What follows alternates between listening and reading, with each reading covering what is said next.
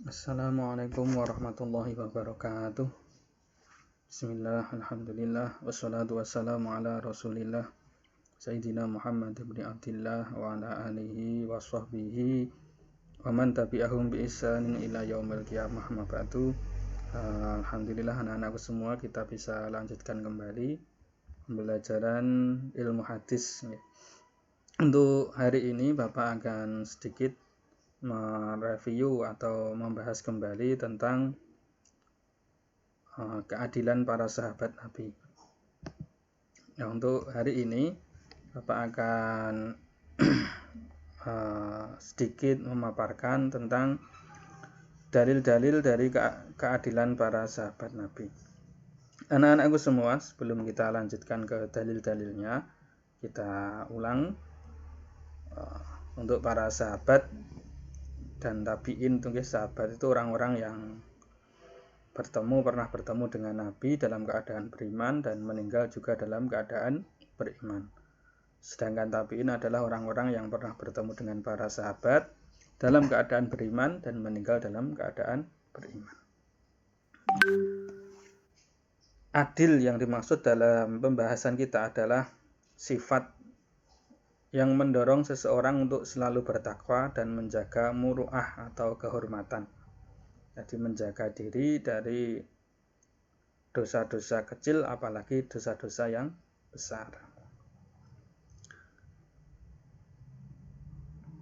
Anak-anakku semua, untuk dalil dari keadilan para sahabat dan tabi'in itu secara umum ada 3. Yang pertama, dalil dari Al-Quran, yang kedua dari hadis Nabi, dan yang ketiga dari ijma' para ulama. Dalam Al-Quran, Allah Subhanahu wa Ta'ala berfirman, A'udzu billahi minasyaitonir rajim. Was-sabiqunal awwaluna minal muhajirin wal ansari walladzina ittaba'uuhum bi ihsanir radhiyallahu anhum wa radu anhu.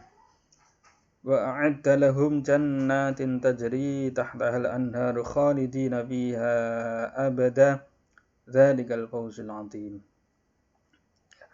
Dalam ayat ini Allah berfirman bahwa orang-orang terdahulu, as-sabiqunal awwalun, dari kalangan muhajirin dan ansor, itu disifati oleh Allah adalah orang-orang yang selalu mengikuti Rasulullah Muhammad SAW dengan ihsan, dengan baik, sehingga Allah meridhai para sahabat dan para sahabat ridho kepada Allah Subhanahu wa Ta'ala. Artinya apa? Para sahabat itu adalah orang-orang yang selalu mengikuti apa yang menjadi tuntunan dari Allah dan Rasulullah.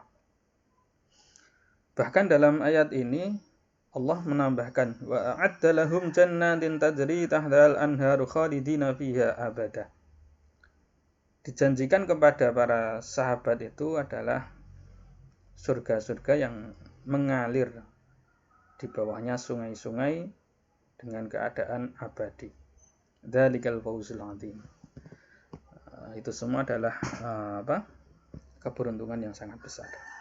Jadi yang pertama itu anak-anakku semua.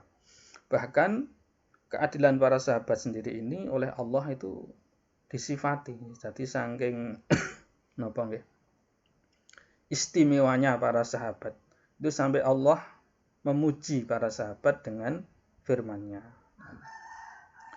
Terus dalil yang kedua ada juga dari hadis Nabi. Salah satunya yang pendek saya nukil di sini. La tasubbu ashabi walau anna ahadakum anfaqa mithla Uhudin dhahaban ma balagha mudda ahadihim wala nasifahu.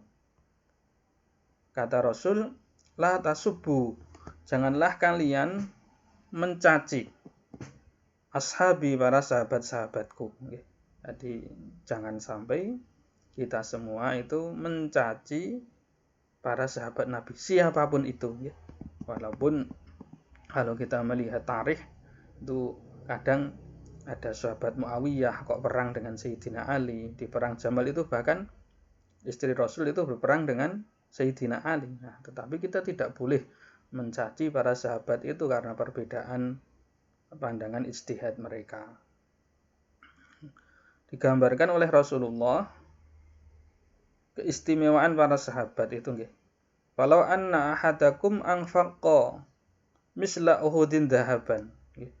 Seandainya di antara kalian itu menginfakkan emas sebesar gunung Uhud, nggih. Jadi di antara kita semua itu kok nganti sedekah akahe sak gedene gunung Uhud sing rupa emas, nggih. Iku ma balagha mudda ahadihim wala nasifahu. Itu tetap tidak bisa menyamai dari keistimewaan para sahabat walaupun hanya 1 mud, bahkan setengahnya. Mud itu timbangan dalam tradisi Arab kuno dulu. Nah, itu sedikit dari dalil-dalil para sahabat. Nah, anak-anak bisa kembangkan sendiri tentang dalil-dalil keadilan para sahabat ini. Yang pertama ada di surat Al-Fatah ayat 29, surat At-Taubah yang tadi saya baca itu surat At-Taubah ayat 100, terus surat Al-Baqarah ayat 143. Nanti bisa anak-anak pahami di buku paket. Yang keempat ada juga hadis dari Abi Burdah yang diriwayatkan dari ayahnya. Nanti di buku paket sudah ada juga. Yang kelima hadis dari Abu Sa'id Al-Khudri. Nah, itu hadis yang tadi saya baca. Terus yang keenam, dalil dari keadilan para sahabat adalah ijma' para ulama. Nah, para ulama itu sudah berijma'. Ijma' itu sepakat, menyepakati dengan mutlak bahwa para sahabat itu adalah orang-orang yang adil.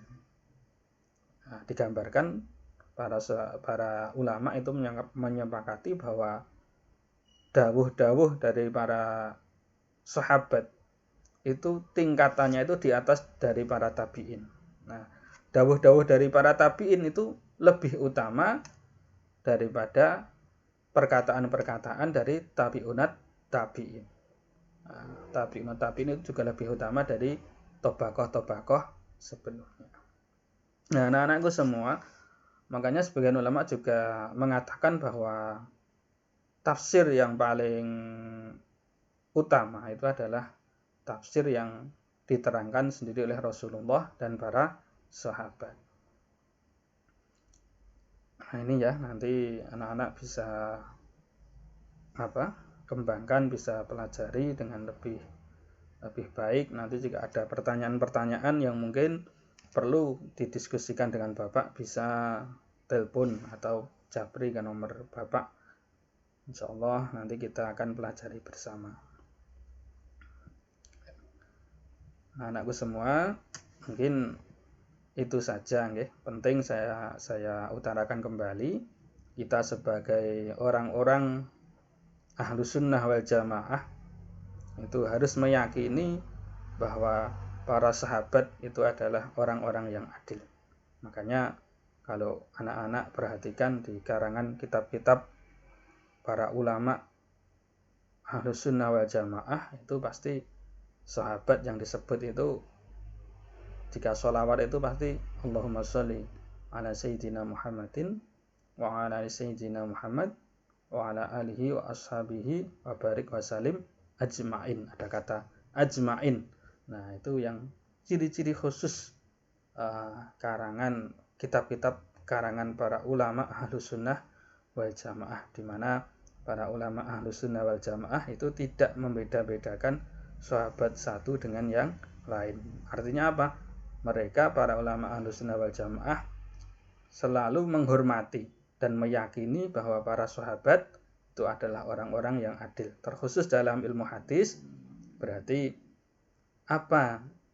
Ketika ada suatu hadis itu kok kualitasnya dhaif, pasti kedhaifan dari suatu hadis itu tidak terdapat dari para sahabat atau tabi'in, tapi biasanya di tobakoh atau tingkatan-tingkatan periwayat hadis setelahnya. Mungkin itu dulu anak-anakku semua. Semoga kalian bisa memahami pembelajaran yang Bapak sampaikan. Jika ada kesulitan Bapak ulangi kembali, atau mungkin jika ada yang perlu didiskusikan, nanti anak-anak bisa menghubungi lewat WA saya. Terima kasih. Wallahu muwaffiq ila aqwamit thoriq. Wassalamualaikum warahmatullahi wabarakatuh.